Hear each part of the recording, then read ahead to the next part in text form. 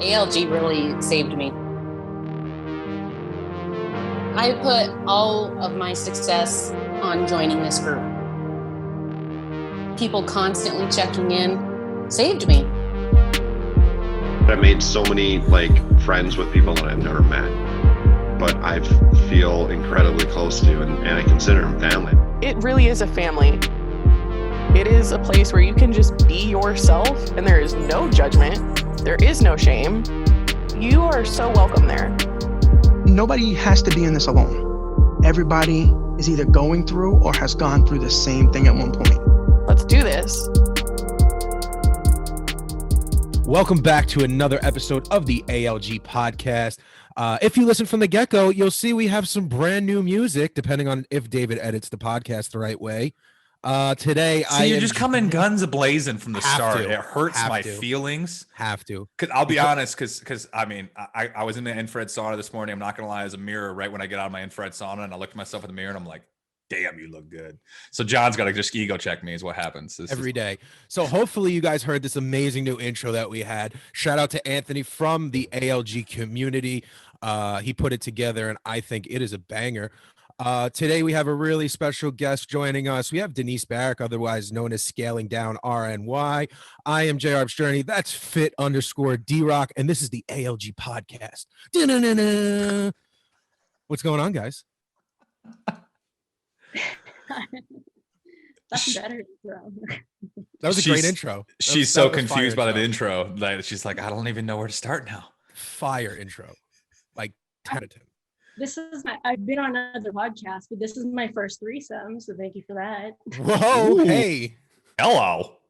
Coming out the gate. I feel like, do you have like a notepad of like the different little one hitters you about to bring out? Because that was pretty solid right there. That was good. We can end the podcast now. And we're done. We're done. Roll the credits. All right, back to the regularly scheduled programming. Denise, it is a pleasure to have you on. What's new? What's popping? What's going on in Canada? It's all about COVID and being in lockdown here right now in Ontario. So not so fun. So this actually gives me something to do today. Oh, good. I'm glad that I could, provide you with a little bit of something to do, a little entertainment. That's what otherwise you got to take the dog sleds to get the groceries, right? Right. Back to our big blues. Yeah. Off of Tim Hortons. Do you have like those Timmy waffle hose. snowshoes from like the movies? They look like tennis rackets. I always was intrigued by those. I'm going to get KFC. Does anyone need anything? I'll be back in 5 hours. You guys probably have more snow than we do. I'm about to get hit with 18 inches like tonight into Tuesday. It's going to be wicked. There's a mama joke in there, but there's so much. Yeah, that was good, right? I set that one up. Threesomes, 18 inches. Wow, we're really getting. She even came in at the beginning of this before we started. Can I cuss? Am I allowed to cuss? Because I'm supposed to be the polite Canadian where I can't cuss, right? No, I'm like, let it all out there. Air dry. I actually told you, fuck you. You can't fucking curse on this fucking podcast. What the fuck? That's a fucking disgrace. Anyway, we hit our plethora of F words for the. And now we're done. So anyway, Denise, you have a really great story. You've recently been very active in the ALG community, which I really appreciate. I think that you bring a lot of positive vibes and some good energy into into the community. You kind of get Kenny to talk, which is kind of cool. If not, I think he would just write notes and just hold it up to the screen. Him, so he has to talk. He has to do what I say. Oh, okay, cool. All right, cool. Is that the arrangement between you guys? Right. Oh, bet. Okay, cool. So tell us a little bit about yourself for those at home that don't really know your story. I had a Roux-en-Y gastric bypass back in 2018. I did it because it was medically necessary. I weighed almost 300 pounds. And on my stature, I'm like 5'7". It was a lot. My BMI was like 46. I had a lot of medical issues that made it necessary. And here in Canada, if it's medically necessary, they pay for it through healthcare. So my doctor suggested it, put on a waiting list. It took about 1.5 years. They want to make sure you understand what you're going to have to go through and what's involved before they'll allow you to have it. So I had a lot of comorbidities. I had to have my gallbladder removed. I had uncontrolled GERD. I was on 2 prescriptions a day and it wasn't touching it. My blood pressure was really high. I developed an allergy to the damn sun. Like, I would get hives from the sun and it was hormonal, right? And all this shit was happening. Right. What else? I stopped getting my periods. Can we talk about periods? Yeah, bro. Talk about whatever, man. We don't talk about periods enough on the show. Yeah, Right? for real. We need to talk more about the menstrual cycle. Well, I didn't have one. And I, just before surgery, crossed the threshold into type 2 diabetes. Wow. So I was feeling really miserable. Had a doctor appointment and he told me, he said, look, Denise, you got like 5 to 10 good years. Mhm. And if you don't do something drastic, He put a timeline on it, really. He did. Yes. He said I was just, downwardly spiraling. I also had cancer. I had thyroid cancer back in 2008. Wow. I don't know if it's particularly related, but the side effects of that and not having a thyroid Is huge. you gain a lot of weight. So, And are you on thyroid replacement and everything too? yeah, I have to take Synthroid for the rest of my life. So. Yep. Wow. There's just a lot of things that kept adding, and I was heavy most of my life. So, and a sedentary job too. Mm-hmm. What do you do for a living? I'm a graphic designer, but I design food packaging. So a lot of shit that you Ooh. see in the grocery store, I probably worked on it in really big brands. I work for a really great agency that's one of the top in the world. So That's lots awesome. of stress, lots of, responsibility, but love it. Creative job. And Oh, hold on you guys keep talking. I got someone at the door. 1 second. No problem. Stay away. Yeah, why don't you believe this crap? You really understand what's going on here? How professional is this, Denise? Do you understand? This is crazy. Wild, right? Well, anyway, let's talk about you. the other podcasts I've been on wasn't like, Yeah, right? That's crazy. Man, my man just got up in the middle of a podcast and was just like, you know what? I got something better to do. But anyway, we're going to talk about Denise still. So you're a graphic designer. I've seen your work. Your work is incredible. You sent me over, you did Jello, right? yeah, that was. Are you something- allowed to say that? I don't even know if you're allowed to say Once it's on the shelf, I can talk about stuff that I've designed, stuff that's still in the works. I heard my Canadian slip out there. Once it's in the, when things are in the works, it's confidential. So, Gotcha. Yeah, most of the stuff that's Jello was my design from 10 plus years ago. That's crazy. Yeah, we work on a lot of huge brands. So. That's awesome. That's awesome. So take me back a little bit. Were you heavy as a child? Were you battling a lot of ailments growing up? Always heavy? I was a pretty healthy kid and pretty strong. I grew up on a farm, dairy farm. So we always had to work and do a lot of stuff. So, but in school, when you had to do the track events, I was always last. I was the biggest girl in the class, always. There was always that embarrassment and always felt apologetic for myself and was pretty quiet. Mm-hmm. I always hid behind being funny. Always, yeah. But yeah, that was kind of always apologetic for myself, always big, always felt awkward, a bit of a wallflower. And I got into art and stuff as a way to kind of express and sort of be individual. So Right. That's really cool. So you would classify yourself as the funny fat girl, right? Because I was the funny fat guy, and I wore that badge with honor and pride. Yeah, that was my thing. Still is my thing. Of course. I mean, listen, when you have a ton of insecurities, it's funny how life works, right? When you have a ton of insecurities and you don't want anyone to pick on those insecurities, you kind of do it to yourself. Were you kind of that person too? Because I'd be the first one who would I would say the joke before the person had the chance to say the joke. Take the ammo out of their own gun so they can't shoot me. Absolutely. Yeah. Was. Mm-hmm. It's a very good coping and defense mechanism, in my opinion, and I think it made me funnier down the line. Now I'm the chubby funny guy, not so much the fat funny guy, but I hid behind the funny and I hid behind the generous and kind too. Generous and kind. Yeah. Hell I thought, if I could always be putting out 110% and, trying to get a little bit of crumbs of return on my investment that way. Right. I got into baking and I'd always make treats for everybody at work and, just hoping for that little bit back because I felt very insecure about myself and very apologetic. And Right. Yeah, no, I feel that. Um, so how was high school for you? um, high school was awkward, but again, I held on to that artsy fartsy type and was cool in that way. You know, I was kind of in myself, kind of funny in my own group, but threw myself into art and really could shine in that way. But Right. Theater kid or no? no, like Never a theater kid? fine art, Yeah. fine art, drawing, Yeah. sculpture. So that was under you. Theater was just, you know, totally under you. So a lot of friends in high school, or kind of just clicked with whoever? I had my core group, and I kind of am still comfortable with that. Like you have your group, smaller group of really close friends, but those friends, you know, they'd help you hide the body kind of thing. Like, Right. I'd rather have 4 quarters than 100 pennies. You know what I mean? absolutely. Yeah. I mean, actually, I don't know if that equates in Canadian, but you know. It'd be like 70 pennies. American to our 100 pennies Canadian. So at what point did You know, Denise? we don't even have pennies anymore. Let Wait, me- really? They've been trying to get rid of our penny for a long time. There's no pennies, it's nickels now, so they round. They round up Wow. or down. Sometimes it Really? works in favor, sometimes not. That's got to be annoying. Oh no, actually, it's pretty simple. Really? We don't have dollar bills either. We have coins, and we have a $2 coin. So we have a $1 coin, which we call a loonie, because it has a loon on it, which is like a bird.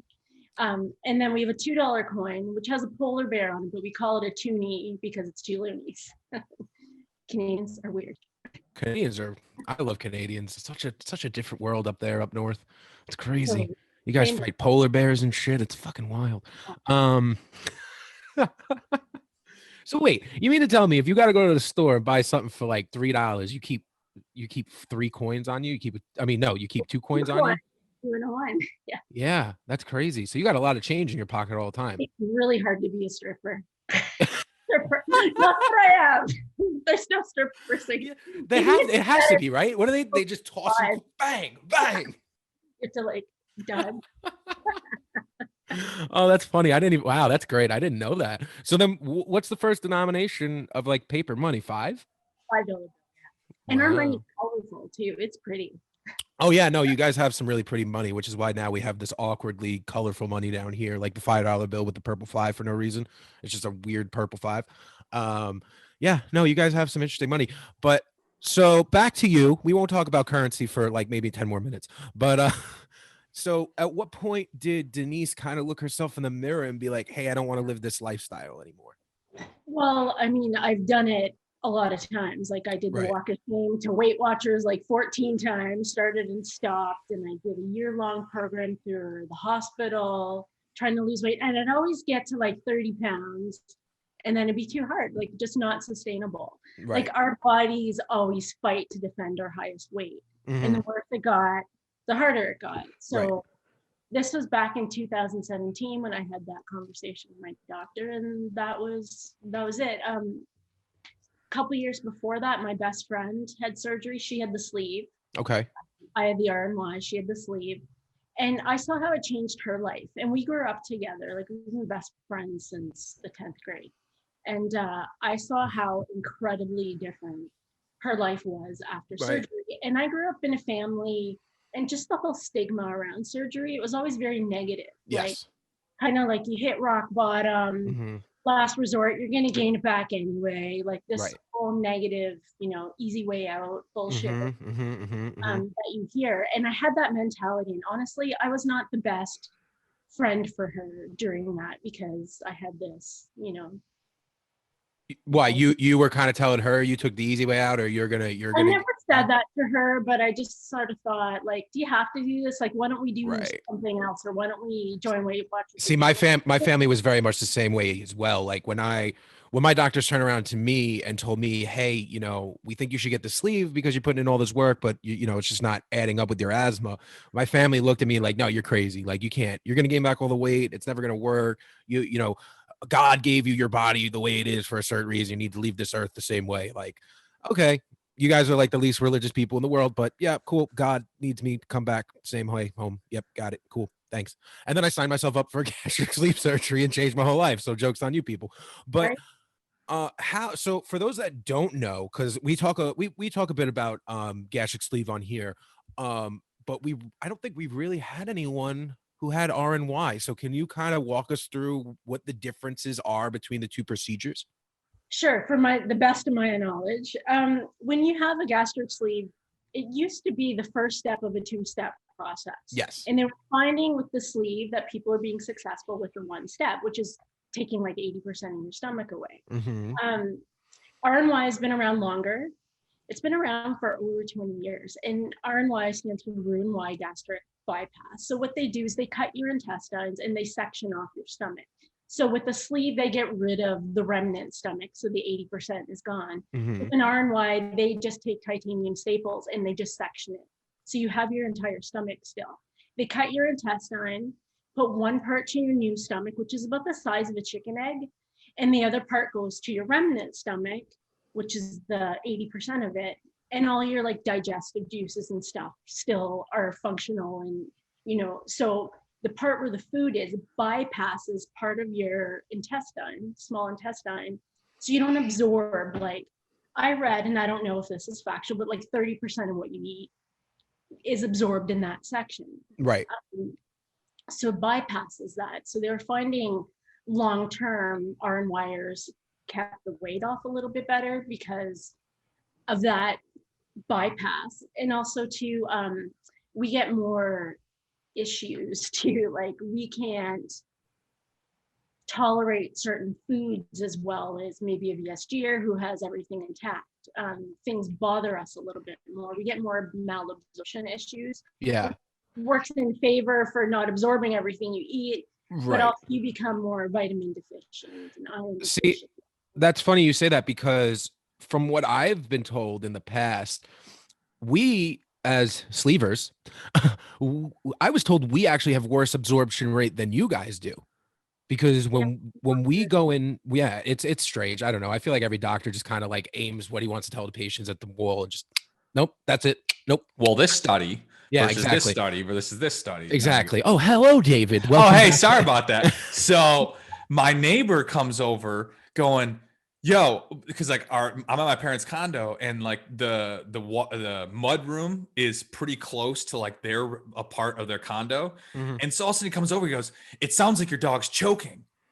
And I'm like, oh shit. So I go running over there and the dog's just like freaking out. And so like, I'm thinking the dog's choking right now. And then he calms down. He may have just had to go potty. I don't know what it was. I took him out potty, checked him out. See, he seems pretty good. And I put him actually right in here now. But like my neighbor's like, I don't know, 85, 88. And so he was just like, your dog's choking. I'm like, oh God. And we're back. Thanks for joining us today, David. I really, all of us in ALG really appreciate you being here. Like science. I'm hearing a bunch of science stuff right now, which is up my alley. So back to the absorption rate. So for example, I know when I got my sleeve done, they had basically suggested I take all vitamins liquefied or gummified. I don't know about you. Like, did they have you start to take not to take anything gummy because we can't break it down. Really? Okay.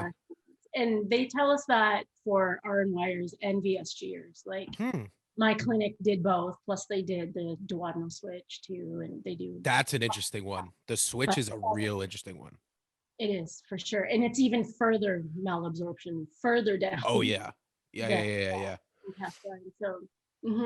So do you have to do the water thing as well, like I do? Like the not eating and drinking at the same time and stuff like that? 30 minutes before, 30 minutes after. Yeah. Because especially with an RNY, we don't have a pyloric sphincter. So that little flap at the bottom of the stomach, we don't have that because our stomach's at the top. Right. Things go through. So if I eat food and then I'll drink something, it'll just wash right through. Yep. And it doesn't feel comfortable. And so yeah, they tell us that too, but they tell everybody that. So very nice, very nice. So what was your first experiences like coming out of surgery and having that done? What was it like living in that new body with that new stomach? It wasn't too bad for me. Like I had very few complications compared to most people. Like I had friends who had blockages because when you do the RNY, you're messing up your guts. Right? Oh yeah. Not in the way that people all associate that. Bang. And whammy. Yeah. So a lot of complications can happen. I didn't get any until about 9 months post-op, and I started getting reactive hypoglycemia. Mm-hmm. So that is when if you eat something too carby or too full of sugar, it'll temporarily spike your blood sugar levels and then freaking plummet. So I started getting that, and that's been really the only thing that happened to me, and I have to be careful of it. And I eat lower carb because of that, but I can't eat no carb because of that too. But right after surgery, things were like, I'm like, awesome. Yeah. Weight was falling off, fell off fast, and it kind of plateaued fast too. But I got off all my medications. I was taking like 11 things. Within the first month, I was off everything. My type 2 diabetes reversed. I needed less of my thyroid medication. Mm-hmm. Periods came back. My son went away. Hooray! Blood pressure. All that stuff. Wait, I thought you could be healthy at every size. You can be. I wasn't. So it's funny. Like my goal was to be healthy. My goal was to be off all my medications that I could be off. Right. And I hit that within the first, medications within the first month, and all of reversing stuff within the first 3 months. Isn't it crazy how that happens? Unbelievable. And that reason alone is why it's life-changing. Mm-hmm. Yeah, no, I agree. It's not the answer for everyone, but it sure as hell was for me. So then did you have any plateaus during the transition afterwards, or you went from like your heaviest down to your lightest, off medications, and it was just a blammy? Was it, or did you have some type of spots? There's always plateaus, and there's this 3-week stall that so many people don't know about, but it happened. So I had the 3-week stall. I had like a 3-month stall. It was pretty consistent. And then by about 9 months, that was it. That was my new set point, and I was done. Gotcha. But I didn't stop. No, yeah. Why stop? Up the ante. Right. So go ahead. So besides the high blood pressure and stuff like that, did you have like sleep apnea or anything like that? I did the sleep study before because it was a requirement that we had to get it done. And I couldn't frickin' sleep that night. I would listen to your last episode this morning, and you guys were talking about that. And I'm like, it was inconclusive. So I think I probably did. Right. But they couldn't get an answer from me based on my test. So they just sort of, you're having surgery anyway, we'll just let it slide. Okay. That's cool. They kind of did this. Go ahead. Really loud and stuff like that. And I didn't ever feel rested, and now I do. So. Yeah, definitely. Without a doubt. Did you used to wake up with like headaches? I don't remember that, but. That was a big one for me. I would wake up sometimes and I would have a pounding migraine as if I hadn't slept in like 9 days. And like, it would be crazy, like just pulsating migraine upon waking up. What I remember the most is driving home from work almost every day and having to slap my face. Yep, me too. It's like, and I'm like, I go to bed at a normal time and I get up at a normal time, but clearly I wasn't getting adequate sleep. Yeah.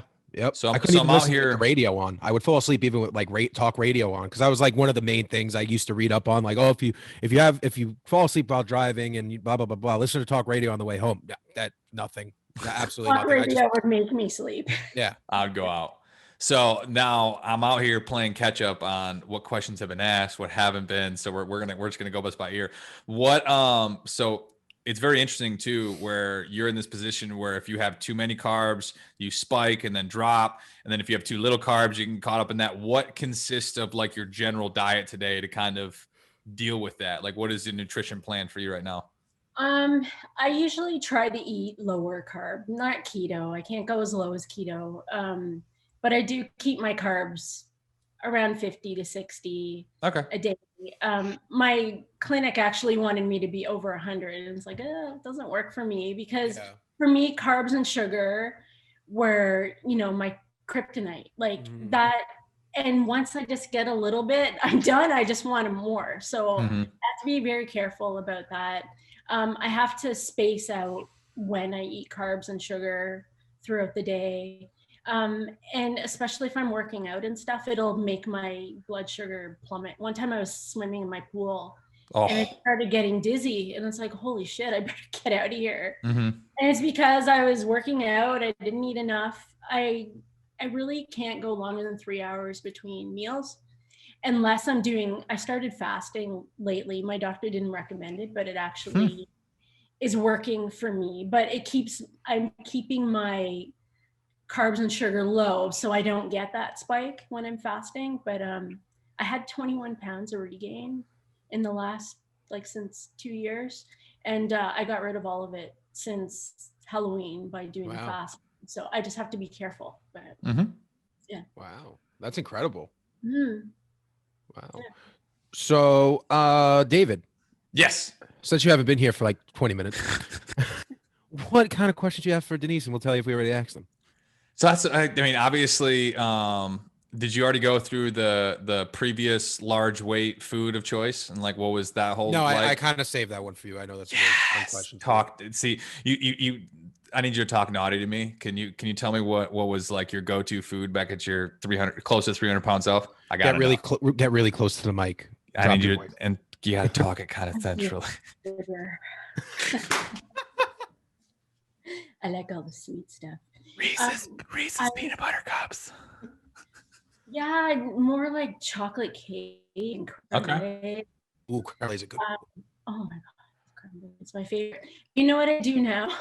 I take all the shit I love and I make it low carb, and I do like videos all the time. I'm a foodie. I work in food packaging. I have to look at that shit on my screen all day. It makes me crave it. And I had to come up with solutions for myself that I could still do something sustainable. Sustainability is key in all of this. Mm-hmm. And I still want to cook and I still want to be myself. So I just taught myself how to make all the shit that I loved and have it now. So yesterday I made Starbucks copycat keto cake pops. Nice. I ate them and they were good. But yeah, sweets for me were it. I could skip meals and just eat dessert and perfectly fine. Like zero nutrition. I didn't gorge a whole lot, but it was quality over quantity. That was my problem, and there was zero quality to the shit I ate. So what is like the fast food options up there? It's just Tim Hortons and A&W, or like that's it. I don't even have McDonald's. Oh, we got most of the stuff that you have. We just got a Chick-fil-A. Yes. Let's go. And that's only in Toronto. I live in the burbs of Toronto. But yeah, like we have most of the stuff you guys do. Taco Bells are all disappearing here though. Really? They're kind of disappearing here too, and it's very strange. I don't know what's going on. I think it's because they took away like the Mexican pizza and the Fiesta potatoes, so people are just revolting. I don't know. That's what happened. You ever have Fries Supreme there? No. What is that? Shit. What is that? It's like crispy, like Cody French fries with like all the nacho toppings on it. Yep. Like the cheese, beef, the veg. Oh my god. Oh wow. That sounds sexual. Totally. Oh yes. Wow. Hot runny cheese. That sounds more like a sweet and sour sauce all over my body. I will tell you though. I'm not a fast food guy anymore. I have not done fast food in a very long time. But Chick-fil-A does have grilled wings and there's no carbs, obviously, or anything. Oh Jesus Christ! I had them once and they're just delicious. Wait, grilled wings? Not wings. Nuggets. I'm sorry. Oh, grilled nuggets. Okay. I'm like, whoa. Pause. I've not heard of this. Yeah. But there is a place by me that I'll be having later that has grilled wings, and I can't wait because they're grilled, so it doesn't count. Save calories. But anyway, now that we had a little phone sex over talking about food here. And then the other one to me is, so this is always fun. I love the statement of sustainability because that's so important. And what was did you have any type of fitness routine at all through this transformation, or was it just like nutrition? That's it? No, someone told me, I was on some Facebook book groups for my bariatric clinic, and we were talking about advice, and someone said the best advice they ever got, and ended up being the best advice for me too, was incorporate exercise early, right out as soon as you can out of surgery. And they said people underestimate this so much, and they wait till they're done losing before they start. But if you build that habit from the start, it just becomes second nature. So like 8 weeks out, as soon as I got clearance, I started walking on a treadmill. I started going for walks outside. I just had to move my body. It was something I didn't do much before, just because everything fucking hurt. Like it hurt putting socks on, let alone try to run on a treadmill. And I just gradually built that up and kept challenging myself. I started running, which was crazy. Never thought I could. I mean, I was always the slowest and hated it in track and field. And just some people on Instagram got me into that. Jen, who's You Run Every Mile, and Jeff, Running My Best Life. They're like, you know what, you can run, you can do it. And I'm like, no way. Like, and I'm like, you know what? Fuck it, I'm gonna do it. And I hate it, and I still hate it, but fuck it, I can. And that's why I do it. And nothing gives you that feeling of exhaustion like after a good run. And I wouldn't say nothing, but yeah. Well, for me. So I run. I got a trainer at the Y. On my birthday, right after surgery, my gift to myself was a Y membership and a trainer. So I did that, and that was just a few months after my RNY. And she would teach me whole body exercise and a lot of cardio. And then when COVID happened and all the gyms closed, I'm like, okay, shit. Like I wanted to use the excuse to not be able to do anything. And I'm like, no, I'm going to figure out shit here. So I had some limited equipment, and I started doing muscle groups, and I really liked it. And I got less into the running and more into the lifting, and really noticed toning, and I would do all these challenges. And a lot of what got me, or is getting me through COVID, because gyms are closed again, are these challenges and Instagram and all these check-ins. And I'm always doing check-ins because they help me, they help other people. And that's what got me through. So fitness has been huge from the get-go and still is. And it may not, people think it'll make them lose weight. It doesn't. It's for cardiovascular health, and it's for the maintenance story. And I don't think we talk about maintenance enough pre-op and how necessary and freaking hard it is. Like losing the weight after surgery was easy compared. Now is where the real battle happens. Right. People think you get down to your goal weight and that's it. You don't have to do anything else, you know, like, oh, that's it. Let's go out. Let's go get, you know, whatever the fuck I was eating beforehand. But yeah, it's not like that. You know, you have to work just as hard to maintain as you do to lose. Harder. Oh yeah. The problem is too, like when you're a year plus out, your stomach's healed now, and you can stretch it, and you can eat shit that you couldn't eat before. Like, and shit gets real fast. So super fast. By being able to lean on that exercise end kind of saves you. So I think it's always, I was just going to say when it comes to the fitness side and working out, there's something to be said where it's like after you whoop your ass for an hour and you saw you burned 500 calories, 700 calories, whatever it is, you're like, I'm not going to waste this entire workout on a fucking donut. It gives you perspective on like what like a donut really is in calories. And you're like, I'm not going to do it. I'm not. That's the Tim Hortons donut. The Timmy Hose. They got good coffee. That's about it. So you mentioned before the Instagram keeping you accountable. I know you tag me in your gym check-ins every day. I think that's awesome.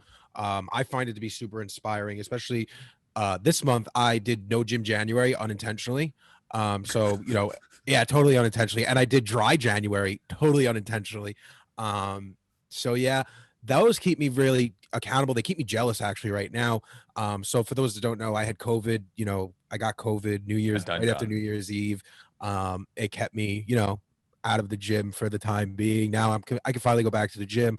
And I see your stuff every day and I'm just like, damn, she's fucking killing it. You know, it's like you, it's Anthony, a bunch of other, that kid Kenny that I don't really care for.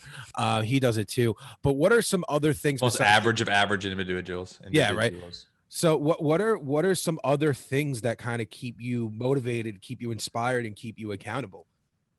My running group is a big one. A bunch of us misfits that barely knew how to run, and some were better at it, but we all came from similar paths, and they keep us in check. Like we keep each other in check, and we've actually met up in the real world. Wow, that's crazy. Coming on a year, just before COVID started, I ran a 5K with them in North Carolina. So we all flew there. I was the only Canadian. I was the only Canadian. I had a little button that said token Canadian on it when I was running. That's amazing. It was awesome. Yeah, we went to Charlotte and did a 5K, and they did several others, but because the borders closed, I couldn't join. But we do Friday night group chats and trivia nights. Saturday, we do cooking virtually. Like a lot of it is the connection and communication in the Instagram. And it's not just with my running group, but they're my core people, my tribe. But just everybody on Instagram, like I'm not shy about doing tags, even if they're ridiculous, because I think it's important. Yeah. Especially new accounts and stuff too. I never ignore them, and I never think that I'm better than anyone else, because I remember being there, and I think it's really important. And I'll do that, and I'll tag them, and I just think the purpose of our community is this, and to inspire and motivate people, and I try to, pay my dues too. I love it. I mean, it definitely, I think about like when I first started my journey, and I mean, at the time there wasn't the same weight loss community on Instagram and stuff when I started. However, like even just tagging like bodybuilding.com or whatever it would be on different social media platforms, and occasionally, or like Chris and Heidi Powell, occasionally I get like a like or a comment back. And I just feel bad now because it's like, it's so much SDSs and all the tags. I'm like, oh gosh, I feel so bad when I miss one, but it's like, oh, there's so many. It is hard, and time's valuable, right? And sometimes you have to prioritize. I mean, I'm finding too, I'm not as big an account as you guys are, but I'm getting up there, and it's hard, but I make my best effort. No, I appreciate it, because it's like doing, at least acknowledging it, of like if someone's going out of their way to tag you in something, it's like, hey, that means they're inspired by you. So like you should do your due diligence to show that, hey, I see it, I'm there for it. No, I don't think followers equate to anything. Like they don't mean anything in the long run, you know, like it's just a number. Just like the number on the scale means absolute garbage in the long, in the scheme of things. But I think that you are one of those positive people on Instagram that I do look forward to your posts, your story posts, everything. You definitely keep those around you accountable and inspired. And I think that even the whole vibe of the Wednesday night chat, the Wednesday night call that we have through ALG, I think since you started coming on, people have really taken notice to who you are on Instagram and what you do, and the positivity that you put out there and stuff. So I think it's really something to say. I think it's awesome. I know when I started out on Instagram, like David was saying before, when I started, it was a very different Instagram weight loss community. You had your huge figurehead accounts, and then everyone else was just kind of like a peasant. You know what I mean? And I don't distinguish a hierarchy or anything like that. But when I used to be the guy who used to tag Obese to Beast every now and again, and getting a like or a comment from him, that made my whole week. That made working out so much easier. And I think that shit is important. I think that watching someone else succeed and then having that person who succeeds see you succeed is powerful. And we need more of that. I think that there's people on Instagram who get to a certain level of likes and followers, and they forget the little people, heavy air quotes on that, guys, for those that don't watch the video, heavy air quotes on that. But they forget about the little guy, and it's fucked up because, hey, buddy, pal, amigo, friend, compadre, you used to be a little guy. You used to be the 400 pound, 450, 500, wherever you started. That used to be you, and you used to thrive and love the random like, comment, word of encouragement.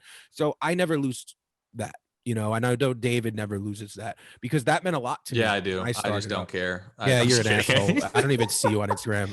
It's crazy. Bunch of fat peasants out here. Oh God. It's terrible. That's how absolutely I look at it too. terrible. Like I don't take myself too seriously on there. Oh God, no. Neither do I. Story, I'm a dumbass. Me too, bro. And did anyone just see my newest Instagram post? The story. I don't even follow you. The story. I'm getting out of the sauna and I'm just like, you're one sexy piece of man meat. Dude, I do the dumbest stuff. Like, it's just my whole Instagram is for my own entertainment. Yeah, which me is, too. It's my personal journal. But like some of the dumb shit I post is just to make myself laugh. As long as I laugh while I post it, I don't really give a shit. Is it just me, or is like your favorite stories to watch your own? Oh yeah, I love watching my stories. I'm like, fuck, that was funny, or I made that thing cool. dude. I'm such a mark. Like, I'll go on my own Instagram and I'll look at my own story 50 times a day. Like, yo, I'm funny as shit. Like, I use Instagram as a creative outlet. Yeah. I don't do so many posts, but my stories, and I see by my views too, my followers are loyal, and that's the people I care about the most. Me too. Yeah. I try to cater to them and put out the funny stuff and the memes and the dumb. The memes. I love the memes. I love the memes that you post. The memes that you post are fucking hysterical. Oh, thank you, John. No, not you, David. Definitely not you, David. David doesn't have one funny bone in his body. His funny bone isn't even funny. That was good, right? I'm a cornball. But anyway, back to Denise. You hurt my feelings. Yeah, I don't care. Say sorry. Say space. Say sorry. Space. I'm sorry, David. I love you. I made him say sorry. I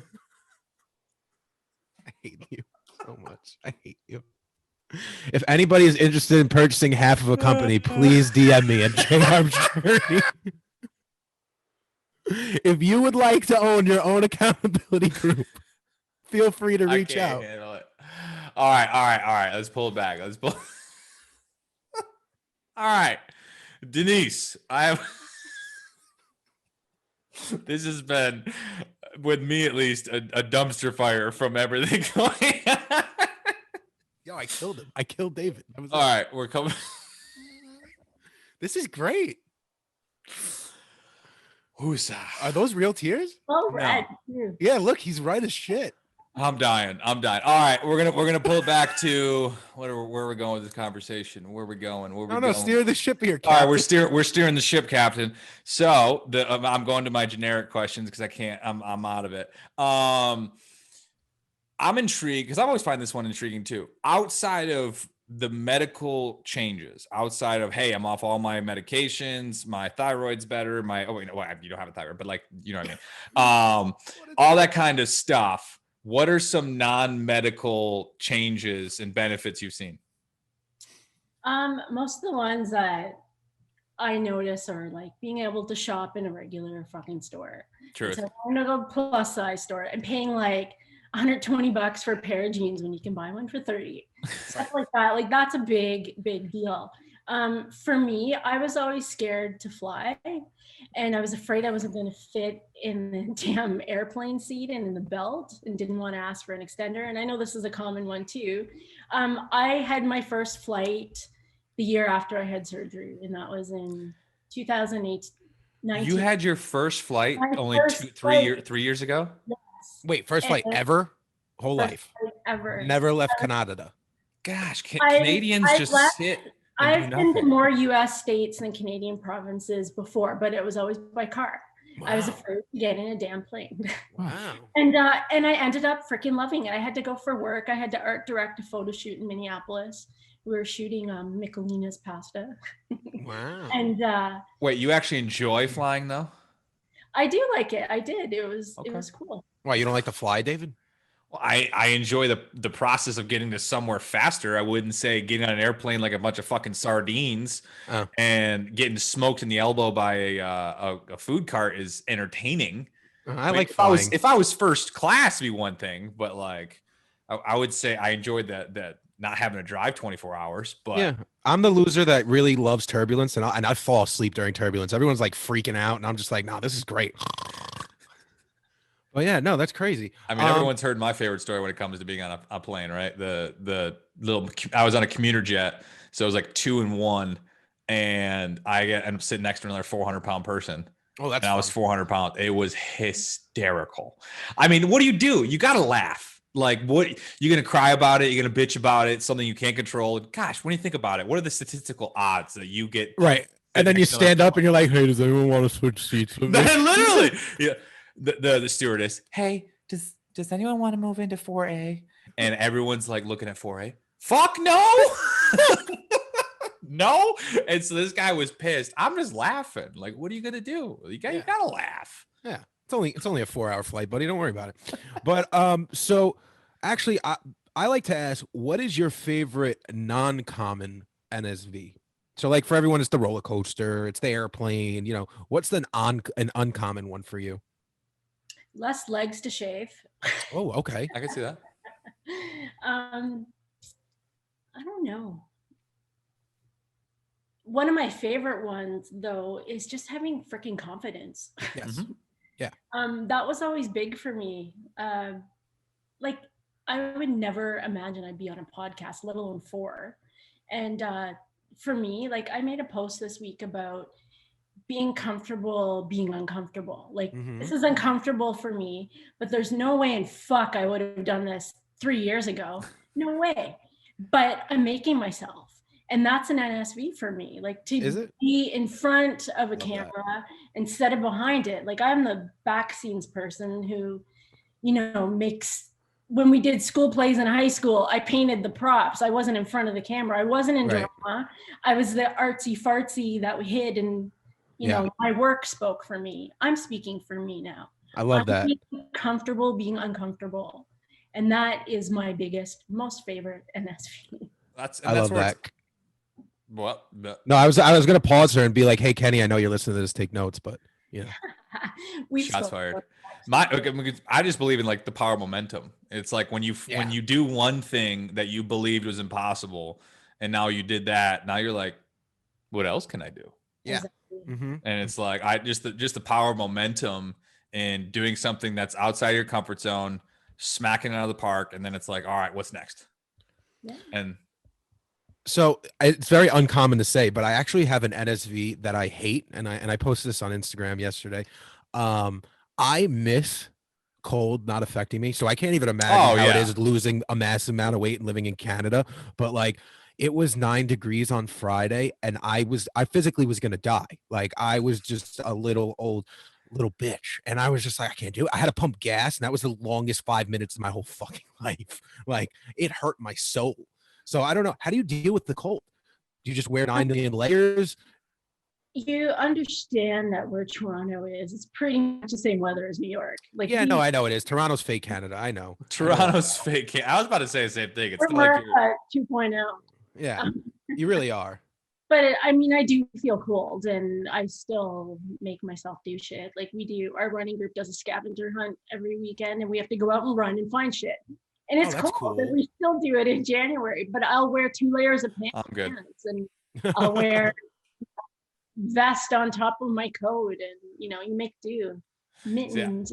Yeah. Living downtown, you do witness some winter runners, and I'm gonna be honest, like, I don't judge a lot of people, but I'm like, you're the definitive sociopath. Like, who runs in the wintertime in ice? Shout out to Mike, because that's just like crazy. I understand the idea of screaming like I'm sitting there going, okay, what makes more logical sense? Screaming at a 35-year-old male who's just not wearing a mask outside in public, or running in -5 degree weather. See, I think running in -5 degree weather seems wilder. But you get warm real fast when you start running and getting your heart going. But then you get cold because then you're sweating, and now you're cold and sweating. You live in Minnesota. You should be Minnesota. Michigan. I don't even know where Minnesota. You What live in Michigan. Fuck? Yeah, you it's cold there. It's cold. You should be like a polar bear. You should be used to That's what I'm saying. It's like, who runs out in the middle of the winter time? Where I got Minnesota from? So, that was really weird. Minnesota. You think you're thinking? I miss of Jay. Jason. Yeah, Jay. You're thinking of Jason. I'm sorry, Jay. I love you. Anyway, Father, can you hear me? This has been like a really entertaining I don't know if it is for Denise, but I've been having a great time today. Dumpster fire for me. Dumpster fire. Total dumpster fire for David, but I'm here, and I just hit the home runs.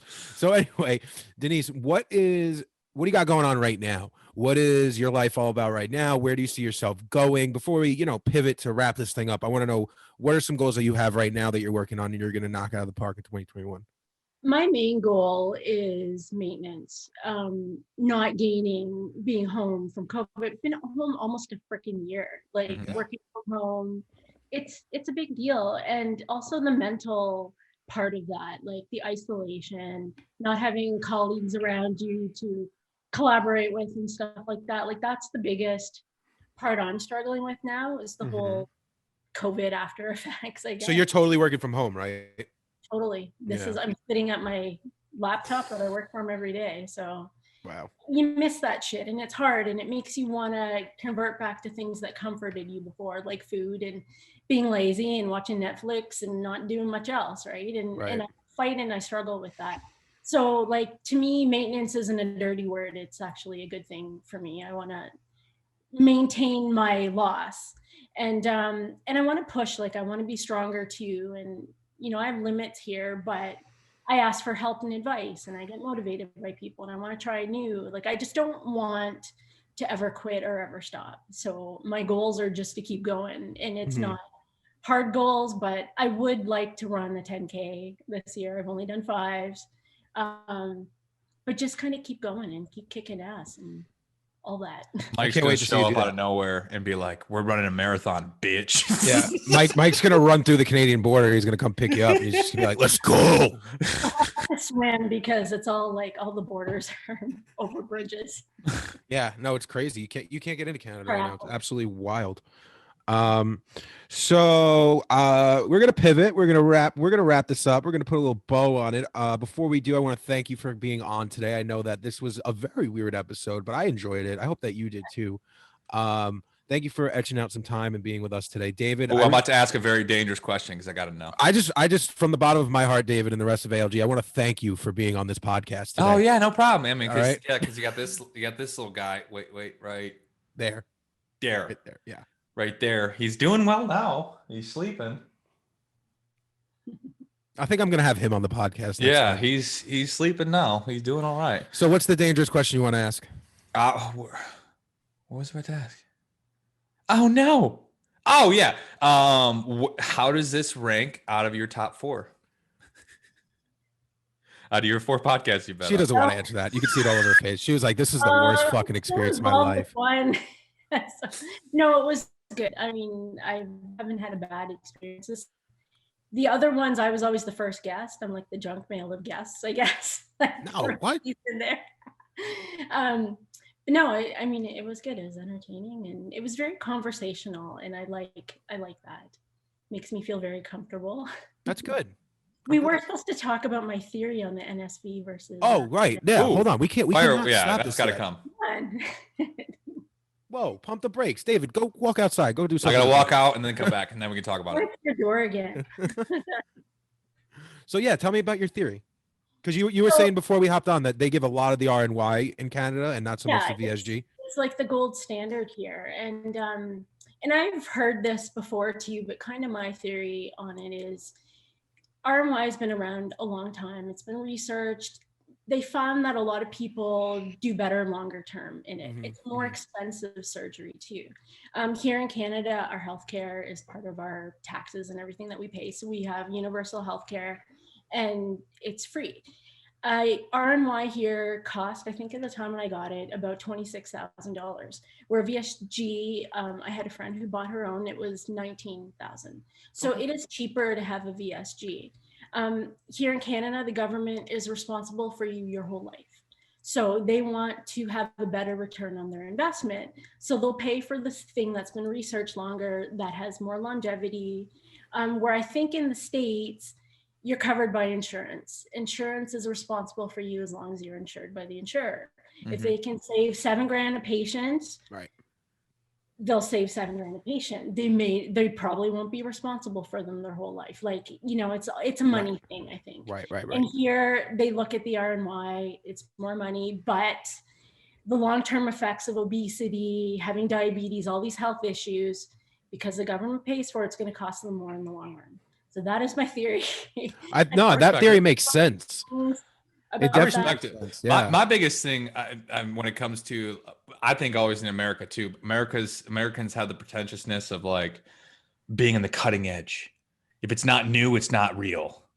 and it's like VSG is the new one or whatever is the new. Yeah, the new is what the doctors kind of push for. Yeah, push I think that forward. plays a role. Like my dad has always talked about that in medicine.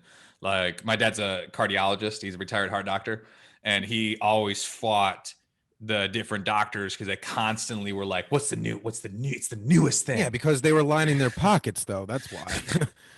All right, don't even tell me that that's a lie. Don't tell me that. A new medicine comes money. out. A rep is in your doctor's office the day later, like, "Hey, trip to Cabo, make me like 40 prescriptions of this brand new heart medicine." Yeah, You're like, "Yeah, sure, no problem. 40, I'll do 55. Where are we going after Cabo?" yeah. But, Well, I mean, for my dad, it was golf trips, but yeah. Oh, see? Oh, there we go. I knew it. There we go. You know That was the all graduation. outlawed. That was all outlawed. Yeah, you know the graduation 15 party years David ago, always yes. talks about? 20 years AstraZeneca ago. paid for that. That was all AstraZeneca. No, there was a this was 20 years ago, 15, 20 years ago before they changed the laws. But there was a trip called the doc trip up in northern Michigan every year where basically the different pharmaceutical companies, the reps would take 15, 20, 25 doctors up to northern Michigan and pay for all the golf, pay for all the food, paid for everything. And it was just a way to schmooze to try to get them to sell their product, whatever drug it was of choice. And they called it something. They called the tournament something. I can't remember. Blackmail. They called it blackmail. They called it extortion. And then slowly that went away. Yeah. Well, anyway, we're not going to bore Denise anymore with your doctor stories. I love you, David. Denise, I want to thank you again for being on. Before we go, I do have to ask you some important questions. Let me know if you're ready. She's not ready. No. Now you're ready? Yeah. Right now. Yeah. Okay, cool. So, Denise, if you could go back in time and talk to yourself before the RNY, before deciding it was time to change your life, you know nothing that's going to come of your life, what would you go back and tell yourself? More to have more faith and self-love in myself, really. I felt really shitty as a person for a long time and didn't think that I was worth anything good. And that's something that I still struggle with. And I just wish I had more of that back then. Okay. Pause. Tell me 5 reasons why you are good enough. Go. Creative, smart, Canadian. I legit give a fuck about people. That's really important. And I matter. Perfect. Wow, those are really good. The She's one the slaying most those off. is the Canadian one, though. That's really important. She's America's hat. I'm very America's hat. very Canadian proud, but I also love, like, most of my friends are American, so love you guys too. Eh. I think Do you like warming our head? Because like you're the hat to America. totally.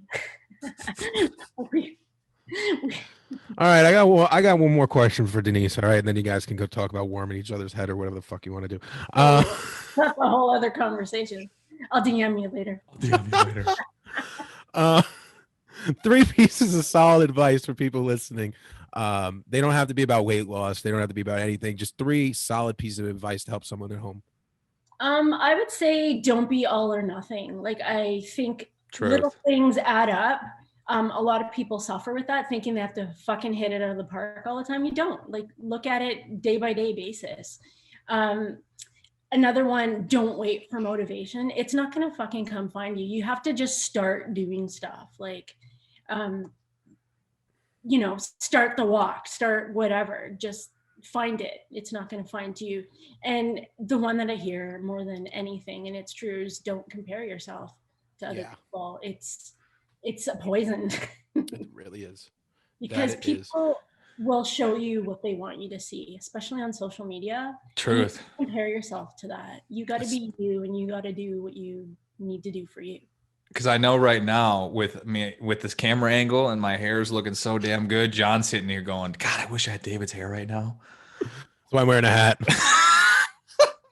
You look tan too. How the fuck do you get tanned in Michigan? It's called saturation on your computer.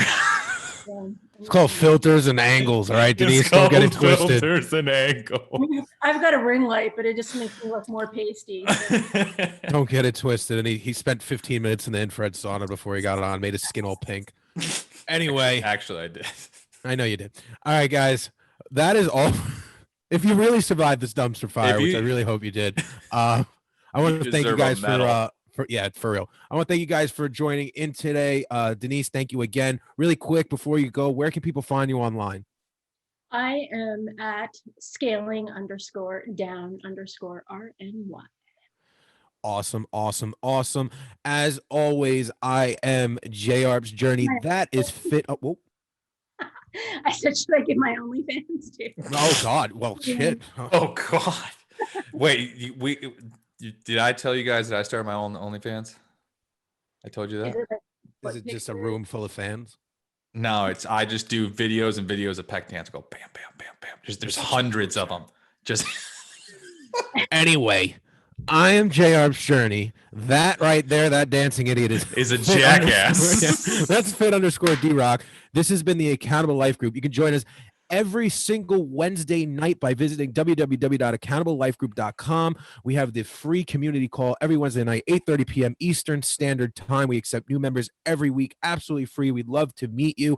Please like, share, subscribe, share this with a friend, someone in need, someone you know. Questions, comments, concerns, you can always shoot us a DM. And I cannot wait to talk to you again next week, everybody. So thank you again for listening in. Stay beautiful, stay sexy, stay accountable. David, hit him with it. Toodles.